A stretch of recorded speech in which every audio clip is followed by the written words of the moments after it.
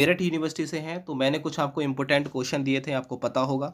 और important question जो exam से पहले मैंने आपको दिए थे, वो सारे क्वेश्चन एग्ज़ाम में आए हैं, मैं आपको दिखाने वाला हूँ। और इस वीडियो में 36 प्लस नंबर का फँसा है, जो आज पेपर हुआ है। और आज है 12 अप्रैल 2021 का पेपर जो हुआ है, बीएससी फर्स्ट ईयर वालों का पेपर किसी बच्चे ने मुझे भेजा है। आप चेक कर लीजिए, मैंने जो बताए थे आपको, एक दिन पहले इम्पोर्टेंट क्वेश्चन दिए थे कुछ, वो सारे के सारे एग्ज़ाम में आ चुके हैं। मैं आपको दिखाने वाला हूँ विथ प्रूफ के साथ में। चैनल को सब्सक्राइब कर बेल आइकन को प्रेस करना, पेपर हैकर यूट्यूब चैनल पे विश्वास करिए, मैं आपके साथ रहूँगा हमेशा इम्पोर्टेंट क्वेश्चन के साथ में, ठीक है? उन क्वेश्चनों को याद करके जाइए। और 36 नंबर मतलब कि 36 नंबर प्लस मतलब कि आपको 72% प्लस यहाँ से फँस चुका है। मैंने 85% की आपसे कहा था, लेकिन आप थोड़े से और ज़्यादा कर लेते मेहनत तो आपका इतना, लेकिन 72% प्लस यहाँ से फँसा है। तो मैं आपको दिखाने वाला हूँ क्या-क्या फँसा है। तो ज़्यादा ही फँसा होगा क्योंकि मैंने सिर्फ अभी थोड़ा-सा क्वेश्चन देखे थे, जो सारे के सारे एग्ज़ाम में क्वेश्चन पूछे थे। और कुछ बच्चे कह रहे थे कि सर 5 क्वेश्चन यहाँ से बहुत क्लियर आए थे जो एग्ज़ाम में। वो खुद बच्चा कह रहा था कि 5 क्वेश्चन लॉन्ग सहित सब लगा के 5 क्वेश्चन फँसे थे, शॉर्ट को छोड़ के। तो बहुत अच्छा लगता है जब आप ये बात कहते हैं मुझे कमेंट करके कि सर आपने जो कहा वो बहुत अच्छा गया मेरा पेपर। तो यार आप ज़रूर पेपर देखिए, आपने करके आए हैं जो मैंने कहा था, इंपॉर्टेंट क्वेश्चन याद करके गए। तो आप एक बार कमेंट बॉक्स में ज़रूर बता देना कि सर हाँ मेरा अच्छा पेपर गया। ठीक है, तो यहाँ देखिए बात करने वाले हैं, आज है बीएससी फर्स्ट ईयर जूलॉजी का फर्स्ट पेपर है, 2021 का पेपर मैं आपको दिखाने वाला हूँ। और ये है जूलॉजी का फर्स्ट पेपर। ये 3 घंटे में आपको सोल्यूशन करना होता है, 50 नंबर का दिया होता है, मतलब टोटल आपका 50 नंबर होता है। ये लॉन्ग और विस्तृत 2 भागों में डिवाइड होता है। जैसे कह सकते हैं जो लघु उत्तरीय प्रश्न होते हैं वो 10 प्रश्न आपसे पूछे जाते हैं, जो 2-2 नंबर के एक क्वेश्चन होता है।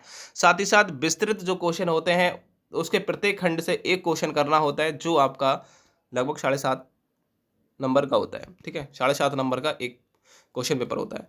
उसके बाद में देखिए मैं आपको दिखा दूँ, ये है हमारा 1 मिनट, ये सेक्शन ए में पहुँच जाते हैं। और सेक्शन ए में मैं आपको दिखाने वाला हूँ, जैसे कि ये देखिए सेक्शन ए में देखिए, सेक्शन ए जिसमें लघु उत्तरीय प्रश्न पूछे जाते हैं, वो 2 नंबर का एक पेपर होता है, 10 क्वेश्चन आपको करने होते हैं। ठीक है, तो 2 नंबर का एक है, जैसे पैरामीशियम के ऑटोकेमी के बारे में पूछा गया है, तो पैरामीशियम मैंने कहा था। ठीक है, ये याद कर लेना, बहुत ज़्यादा इंपॉर्टेंट है। पैरामीशियम आपने याद किया होगा, तो यहाँ से ऑटोकेमी के बारे में बता ही देंगे आप। और साइकस मैंने कहा था, साइकस के जनन अंग वगैरह, ठीक है, रिप्रोडक्शन किस प्रकार से करता है, मोमेंटेज किस प्रकार से करता है। तो देखिए जब साइकस आप पढ़ेंगे ना, साइकस के बारे में पढ़ेंगे, तो साइकस के जो काइनोसाइट्स होते हैं उसके बारे में ही आपको याद हो जाएगा, क्योंकि ये तो बहुत बड़ी चीज़ है ना। ये क्वेश्चन देख लीजिए, इग्लोनाइट के चलन मोमेंटेशन किस प्रकार से होता है, ये क्वेश्चन पूछा गया था। याकृत में देखिए ये सारे क्वेश्चन आपके सामने हैं। ठीक है, याकृत वर्म है, उसके महलिस की ग्रंथि क्या होती है, ये क्वेश्चन मैंने आपको इंपॉर्टेंट नहीं दिया था, लेकिन फिर भी आप देखिए यहाँ एक क्वेश्चन ये फंस चुका है, एक क्वेश्चन ये फंस चुका है, 2 क्वेश्चन। ठीक है, उसके बाद में देखिए यहाँ देखिए जो शिखा जो कोशिका है, ये हमारे सर ने आपको वीडियो बना के प्रोवाइड कराई थी, शिखा यूनिवर्सिटी, सॉरी जो कह सकते हैं जो शिखा कोशिका होती है उसके बारे में बताया था। साथ ही साथ साइकस की जो कटिकाएं होती हैं, तो ये साइकस वाला और ये साइकस वाला, ये दोनों आपको मिलेंगे। ये दोनों क्वेश्चन एक ही क्वेश्चन के अंतर्गत फंस जाते हैं। साइकस वाला, जब साइकस मैंने आपको लॉन्ग क्वेश्चन दिया था, और लॉन्ग क्वेश्चन यदि साइकस के बारे में पूरा पढ़ लेते हैं, तो ये दोनों चीज़ें वहाँ से आपकी क्लियर हो जाती है। तो यहाँ से 3 क्वेश्चन अब तक फंस चुके हैं। उसके बाद में आपको पुनर्भवन क्या होता है, ये भी मैंने आपको इंपॉर्टेंट क्वेश्चन दिया था, ये क्वेश्चन फंस चुका है। और मेडूसा में जो स्टेनोटिस्ट कह सकते हैं, जो स्टेनोसिस्ट होते हैं, स्टेनोसिस्ट के बारे में, मेडूसा के मैंने आपको बताया था, मेडूसा के जनन के बारे में देख लेना, ये बहुत ज़्यादा इंपॉर्टेंट है, एग्जाम में बनता है। तो ये भी देखिए क्वेश्चन बन चुका है, वहीं से क्वेश्चन बनाए, आप उसको पढ़ते तो वो सब समझ आते, और इस क्वेश्चन को आप बना बना के भी लिख के आते। तो यहाँ से फंस चुके हैं हमारे, देखिए यहाँ आपके हो गए 2, ये हो गए, और 2 यहाँ देखिए 2, 3, देखिए ये यहाँ से मैं स्टार्टिंग से करता हूँ। देखिए एक पहला पैरामीशियम, ये साइकस वाला 2, उसके बाद में ये देखिए ये 3, और पुनर्भवन वाला 4, और ये 5 क्वेश्चन आपके यहाँ से फंस चुके हैं। और 5 दूनी हो जाते हैं 10 नंबर, यहाँ से आपके कंप्लीटेड हो जाते हैं, 10 नंबर यहाँ से आपके फंस चुके हैं। उसके बाद में मैं नीचे नेक्स्ट चलता हूँ। देखिए अब पहुँचते हैं हम लॉन्ग क्वेश्चनों पर। जो लॉन्ग क्वेश्चन आपके पूछे गए थे, कौन कौन से पूछे गए थे वो देख लेते हैं। देखिए 2 प्रश्न आपके यहाँ कह रहा है प्रत्येक खंड में 2 प्रश्न है भाई, 2 एक खंड दे रखा है, उसमें 2 प्रश्न दे रखे होंगे, उसमें से एक प्रश्न आपको करना है, और प्रत्येक प्रश्न का 7.5 नंबर आपको दिए जाएंगे, विस्तृत क्वेश्चन ये बोला गया है। अब देखिए सेक्शन बी में हम पहुंचते हैं, खंड नंबर 12 में। इसमें पैरामीशियम के जनांग और उनके संयुग्मन का विस्तार। देखिए पूरा क्वेश्चन फंस चुका है, 7.5 नंबर आपके यहाँ से मिल चुके हैं, पूरे 7.5 नंबर आपके यहाँ से मिल चुके हैं। एक पहला क्वेश्चन हो गया। मैंने कहा पैरामीशियम के बारे में पढ़ लेना, बहुत ही ज़्यादा इंपॉर्टेंट है, क्वेश्चन बनता है और ये आपका बन चुका है। यूग्लिना की संरचना जननांग, ये मैंने आपको इंपॉर्टेंट नहीं दिया था, ऊपर वाला पैरामीशियम वाला दिया था, पूरा आ गया।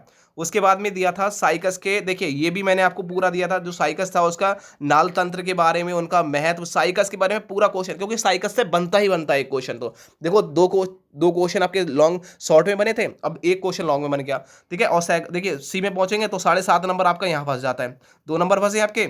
जो क्वेश्चन मैंने कहा था एक एक क्वेश्चन एग्जाम में आया, तुम देख लो विथ प्रूफ के साथ में, वीडियो भी देख लो, डिस्क्रिप्शन बॉक्स में लिंक दे दूंगा, आप वीडियो देख सकते हैं, जो कल वाली मैंने वीडियो प्रोवाइड कराई थी आपको, ठीक है। उसके बाद में इसका अथवा वाला देखो, संघ पेरिफेरा के लक्षण वर्गीकरण, देखो पेरिफेरा के बारे में मैंने पूरा बताया था, पूरा पेरिफेरा के बारे में कि लक्षण याद कर लेना, पेरिफेरा के बारे में मैंने कहा था।